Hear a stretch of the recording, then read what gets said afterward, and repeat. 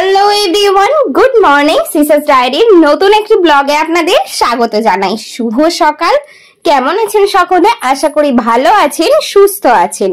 আজ আপনাদের সাথে শেয়ার করব একেবারে তেল ছাড়া আর জল ছাড়া চিকেন রেসিপি। তো চলুন, তার জন্য কি কি লাগবে। প্রথমেই লাগবে হচ্ছে বেশ খানিকটা মতো চিকেন, যার যতটা পরিমাণ সে সেরকম নিয়ে নেবেন।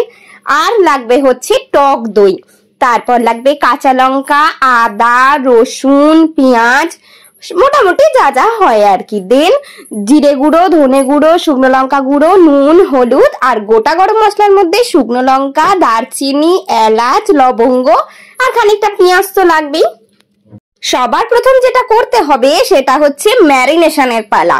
সবার প্রথমে এই যে মাংসটা আছে, মাংসটার মধ্যে বেশ খানিকটা টক দই, তারপরে আদা, কাঁচা লঙ্কা আর রসুনের পেস্ট, তারপরে বেশ খানিকটা পেঁয়াজ কুচি ভালো করে মাংসের মধ্যে দিয়ে দিতে হবে। তারপরে যে গুঁড়ো মশলাগুলো ছিল, নুন, হলুদ, ধনে গুঁড়ো, জিরে গুঁড়ো, শুকনো লঙ্কা গুঁড়ো, যা যা গুঁড়ো মশলাগুলো ছিল সেগুলো সব একে একে এবার এই মাংসের মধ্যে দিয়ে দিতে হবে। মাংসটা যে কি অপূর্ব খেতে হয়েছিল, মানে আপনাদেরকে বলে বোঝাতে পারবো না।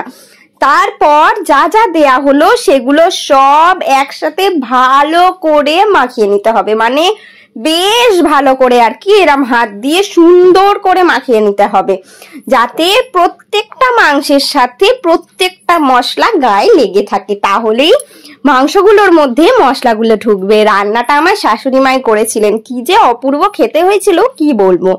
এরপর এর মধ্যে দিয়ে দিতে হবে একটু গরম মশলা গুঁড়ো, যেটা সবার শেষে দিতে হবে। গরম মশলা গুঁড়োটা দিয়ে ভালো করে আবারও হাত দিয়ে সুন্দর করে মেখে ঘন্টা 2 থেকে 3 ভালো করে রেখে দিতে হবে। 2 ঘন্টা 3 ঘন্টা রাখলেই এনাফ। তারপর দেখুন এক সামান্য তেলের মধ্যে খালি গোটা গরম মশলাগুলো দেওয়া হয়েছে, মানে যেটুকু তেলে গরম মশলাগুলো না দিলে নয় সেটুকু। তারপর যে ম্যারিনেট করা মাংসটা ছিল, সেই মাংসটার মধ্যে তো সমস্ত কিছু আছে, এখন কিচ্ছু দেওয়ার দরকার নেই, শুধু মাংসটাকে এবার কষানোর পালা। দেখুন এটা বেশ মিনিট 10 থেকে 15 পর মাংসটা থেকে কতটা জল একা একাই বেরোচ্ছে, যেহেতু এর মধ্যে দই দেয়া আছে আরো নানা রকম মশলা দেয়া আছে। দেখেছেন অটোমেটিক চিকেন থেকে কতটা জল বেরিয়েছে, এক ফোঁটাও কিন্তু জল ইউজ করা হয়নি।